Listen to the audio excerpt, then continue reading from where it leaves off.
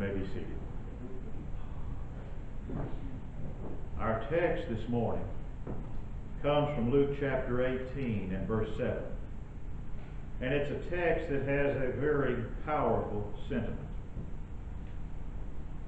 It says, "And shall not God avenge his own elect, which cry day and night unto him?"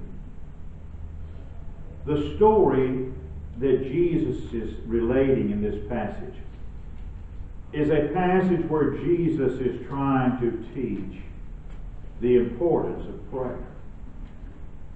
He's trying to instill in his followers the reasonableness of developing the habit of prayer.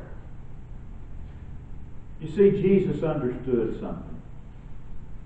He realized how easy it is for us to become discouraged in an effort to pray. Jesus knows us. He knows our nature. He knows our heart. And He knows how prone we are to turn aside from this task. A task that can be so rewarding to us if we persist in it. But we often turn our attention to lesser tasks that seem to bring greater results. And what Jesus is attempting to teach us in Luke chapter 18 is to pray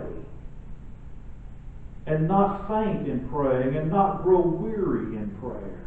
He wants us to be persistent. He wants us to be unrelenting in prayer. Jesus teaches us about prayer in many different ways. He teaches us about prayer because of what He says about prayer. But to our faith, our often dim faith, Jesus' assertions regarding the privileges and possibilities of prayer often seem extravagant to us. You see, Jesus tells us prayer is not the privilege of the few. Prayer is the privilege of the many. Prayer is not reserved just for those who have climbed up the hill a long way toward God. It's for those plodding along like you and I are. It's for ordinary plodders like me, like you.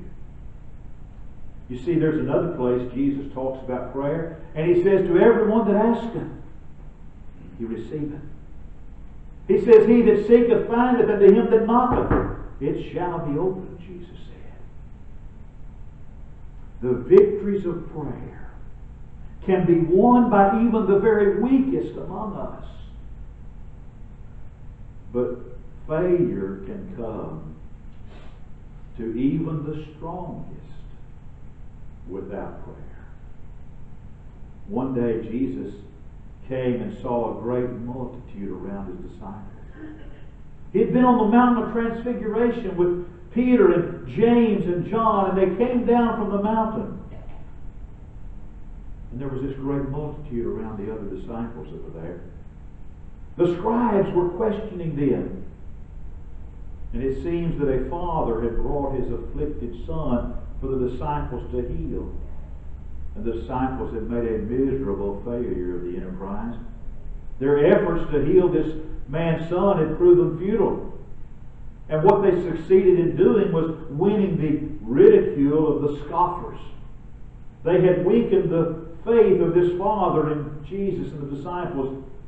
And when they were alone, the disciples asked a question of Jesus. They said, "Why, Lord? Why were we not able to cast out that evil spirit?" Jesus did not attribute their failure to their indifference. They were interested in the Father and they were interested in the Son. He did not tell them that they failed because of a lack of effort. Jesus knew that they had done their very best. He also did not tell them they had undertaken a task that was too great for them. He told them they failed because they failed to pray. He told them in Mark 9, verse 29, this kind can come forth by nothing but prayer and fasting. You listening? If we fail to pray, no amount of effort will atone for that failure when we go into battle. But if what Jesus said about prayer was impressive, what Jesus did is even more impressive.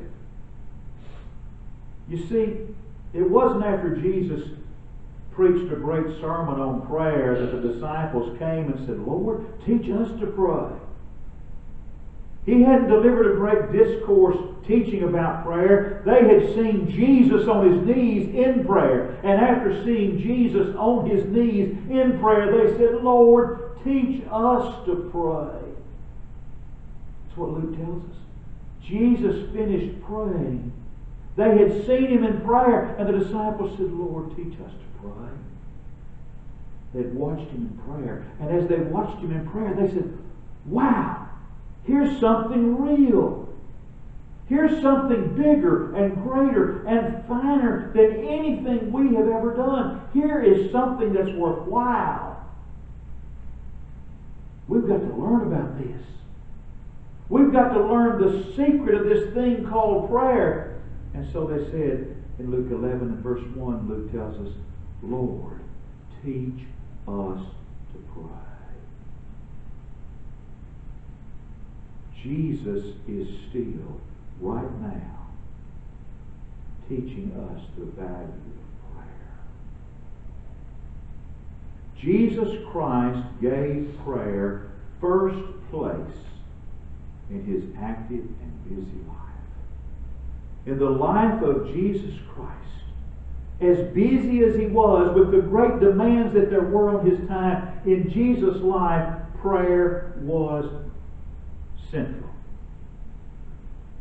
Oftentimes with us, what is prayer?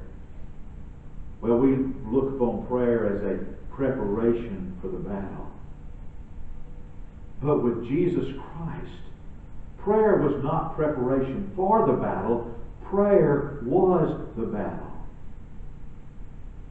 That is to say, having prayed, Jesus went out as a victor might go to receive the spoils of his conquest.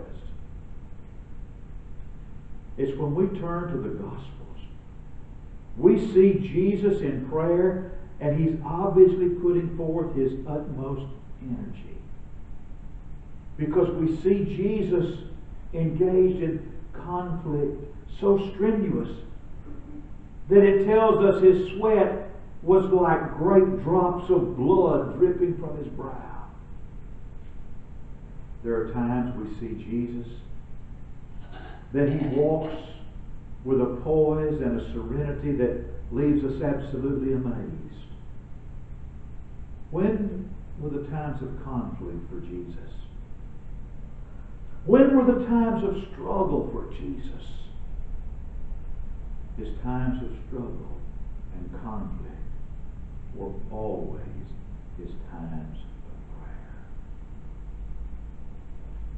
If you judge it by the New Testament, the only work that ever taxed the strength of Jesus Christ was the work of prayer. Having prayed, Jesus would go forth from the place of conflict as the victor. Think about all the things Jesus did. Think about all the miracles that Jesus performed. Healing the sick, making the lame to walk, the blind to see, the deaf to hear, the mute to speak. All of those things were done so effortlessly and so easily. As we see Jesus walking up and down the dusty roads of Palestine and healing the sick and raising the dead and making the lame to walk, we don't ever see Him in agony, do we? We don't ever see Him break a sweat, do we? When a blind beggar wanted his sight, all Jesus said was, "Receive thy sight." You remember he stood by the grave of Lazarus, and there was a simple prayer of thanksgiving. He said, "Father, I thank thee that thou hast heard me." And then he said, "Lazarus, come forth." When we see Jesus dealing with hostile adversaries, we see no agony, we see no bloody sweat. Men would have given their very lives to trap Jesus into uttering some unguarded word. And they set the traps for him with consummate cunning. And Jesus brushed aside their traps like so many cobwebs. But when we see Jesus praying, we see him in agony. When we see Jesus praying, we see him sweating as if it were great drops of blood. But you see, having done the work of prayer, everything else seemed to be easy for Jesus. He teaches us to pray by what he does and by what he says. Prayer provides great rewards in our lives. Prayer lets God come into our life. To pray is to open the door to Jesus Christ, who's always knocking and waiting to enter that door. To that man or that woman that prays, the eternal God becomes real. To that man or woman that prays, God becomes a force in their lives. Folks, in these difficult days we're living in, there is nothing we need so much as a renewed sense of God. We can find that. We can find that renewed sense of God as individuals and as a group through prayer. We need to be able to say with the psalmist of old, "Lord, I sought you, Lord, and you heard me." The richest reward of prayer is a new awareness of the presence of the eternal God. And you see, because prayer brings us a sense of God, it also brings us a new courage and a new power. It does not matter how great the danger is that we're facing. If God is real to us, if God is real to you and God is real to me, we can face danger and we can face our foes with steady eyes and with quiet hearts. You remember what Isaiah, the prophet of God of old time, said? "They that wait upon the Lord shall renew their strength." When Isaiah said that, he was speaking out of his own experience. Speaking out of the experience of others. When we find ourselves inadequate to the demands of life, prayer makes a difference. You remember the story of Daniel? It's a story that brings a thrill to my heart. The politicians had secured the king's signature on a law that said no one should pray. That prayer was forbidden for 30 days to anyone but the king himself. Those crafty politicians knew exactly what they were doing. You see, they were jealous of Daniel. They were jealous of Daniel's position. And so they knew when they got the king to sign the decree that anyone that prayed for 30 days to anybody but the king was going to be executed, they had old Daniel right where they wanted him. Because Daniel was a praying man. And the king had just signed Daniel's death warrant. Because you know what Daniel did? The ink wasn't even dry on the king's decree. And sure enough, Daniel opened his windows toward Jerusalem and prayed. You know what it says in the King James? He prayed as was his custom aforetime. That word aforetime means that prayer was a habit of Daniel's life. And of course, you remember the rest of the story.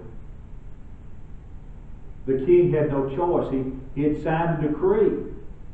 And so he had to throw Daniel into the den of lions. And the king walked the floor all night long.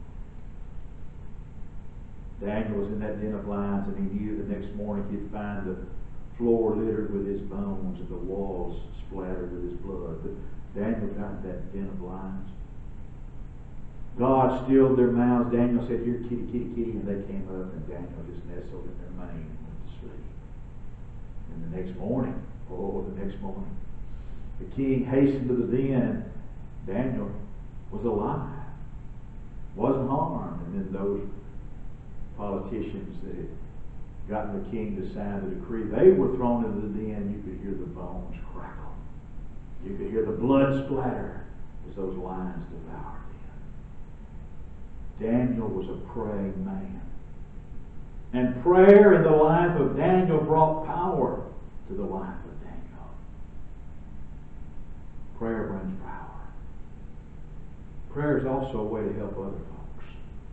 That was the faith of Jesus. You remember what Simon was like, don't you? Simon was always being sifted. Jesus said, "Simon, Satan's going to tempt you. He's going to sift you like wheat. But I'm going to be praying for you, Simon." Jesus foresaw the sifting of Simon, and Jesus prayed for him. On the night before he went away, Jesus prayed with his disciples. And Jesus prayed for his disciples. And according to what the Scriptures tell us, Jesus is even now making intercession for us. The Apostle Paul was a man who shared the mind of Christ. And he shared the faith of Christ in prayer. Constantly, Paul was remembering his own converts, his friends, and all men and women everywhere in prayer. And Paul was also always soliciting the prayers of others. Prayer is a way of helping other people. Prayer is a way of me helping you. It's a way of you helping me. It's a way of us helping each other. And since prayer is a way of helping others, prayer is more than a privilege. It is our solemn duty. If you feel like the services of the church are lacking in warmth, if you feel like the services of the church are lacking in power, try prayer. Pray for your preacher as we meet. Pray that he might be able to bring to people, pray that I can bring to people a sense of God. That I can bring to people the reality of God. A sense of God's presence. Pray for your song leader. That through the selection of songs and leading our worship in song, we can be brought to a deeper spirituality by the songs that we sing together. It is impossible. It is impossible to have a futile church. And it is impossible to have a futile service where members of the Lord's body really pray. And since we help other people by praying, we ought to pray. Withholding prayer is a sin. You see, there comes a time when prayer is the only way we can help. We can give our money to the cause of mission or to support children if we have it. But if we're unable to give our money, we can still help by prayer. And then there come those desperate hours in the life of those we love. Those desperate hours when we're sitting by their bedside and we can help them in no other way except to pray. I can remember sitting by the bedside of those so near and so dear to me.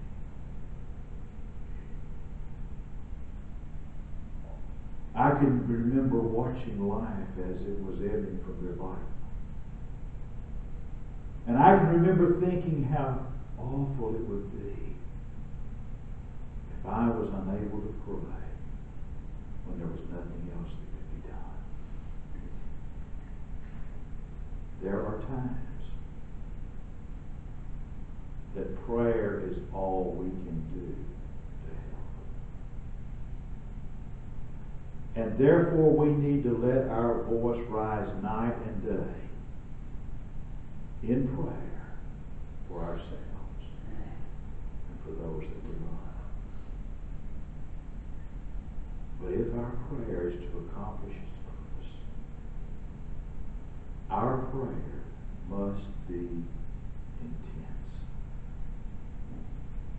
God cannot give His best to the listless and the half-hearted. It's the earnest, energized, intense prayer that's a mighty force for good. If we're to find the very best in prayer, we've got to be earnest. We've got to be serious. You see, God can't really do much for us until we get to the end of ourselves. It's only when the great heavy hands of a great need grip our shoulders and crush us to our knees, that's when we really pray. Because nothing worthwhile is ever accomplished by the prayers of the half-hearted. If we're going to pray and pray effectively, we've got to be in earnest. We've got to be serious about this thing called prayer. We need to be expectant when we pray. Prayer is not some weird. Prayer is the climax of sanity and common sense. Jesus reminds us prayer is something we do in our relations with each other every day. Parents hear and answer the prayers of their children. It's like the other day, Matt called, and Matt prayed to his mother. He said, "Mom, we don't have any lasagna in our freezer, and we don't have any berry jelly in the pantry." And she heard that prayer. And he's got lasagna in his freezer and berry jelly in his pantry. We constantly hear the requests of our children, and we meet their needs, and we answer their requests. We are God's children. And prayer is taking to God the things we can't do for ourselves. Jesus said, if a son asks bread of any father, will he give him a stone? No good father would ever be so heartless as to give his boy a bag of rocks if he asked him needed bread. And Jesus tells us, with our imperfections, we answer the prayers of our children. How much more will God, our perfect Father, give good things to them that ask Him? In the parable of the friend at midnight, we see the reasonableness, we see the sanity of prayer. This man was embarrassed by an unexpected guest, and he had no bread for him, so he went to the door of a friend. And though he was afraid that this seeker after bread would disturb the children, the neighbor got up, the friend got up, and gave him as much bread as he needed. As a climax to all of this, Jesus tells us in Luke chapter 18, he tells us that not only do fathers answer prayer, not only do friends answer prayer, but heartless scoundrels answer prayer also. That's the story our text comes from. Jesus spoke a parable and said men ought always to pray and not faint. There was in the city a judge that did not fear God and neither regarded man. And there was a widow in that city. And she came unto him, saying, Avenge me of mine adversary. And he would not. But afterward he said within himself, Though I don't fear God and I do not regard man, because this widow troubles me, I will avenge her, lest by her continual coming she weary me. And the Lord said, Hear what the unjust judge saith. And shall not God avenge his own elect which cry unto him night and day, though he bear long with them? That judge didn't regard God. That judge did not regard man. But the widow got a favorable answer from that crooked, worthless judge.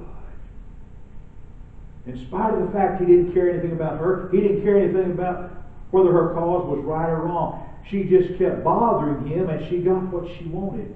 And Jesus said, if that kind of a corrupt, worthless judge will answer her petition, how confident can we be that when we pray to the God of heaven, who is a judge, a friend, and a perfect Father, how much more can we realize God is going to hear us? We've got to be persistent in prayer, because we've got to be sure God's going to hear us. What did Jesus say?